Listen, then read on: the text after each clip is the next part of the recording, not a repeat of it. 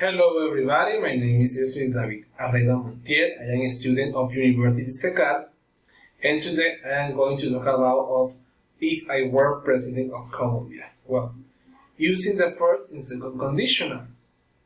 Well, if I were President of Colombia, I would invest in education in an equal and free way to promote the number of opportunities for those who do not have the resources or the possibility of entering a university. If I were the Colombian president, I would improve the health sector, provide a better service of very quality of worthy for the human being. If I were Colombian president, I would increase the salary of the entire population. In this way, it would not be as scandalous the current one. Well, if I were President of Colombia, I would improve the salary of the different public entities of the country.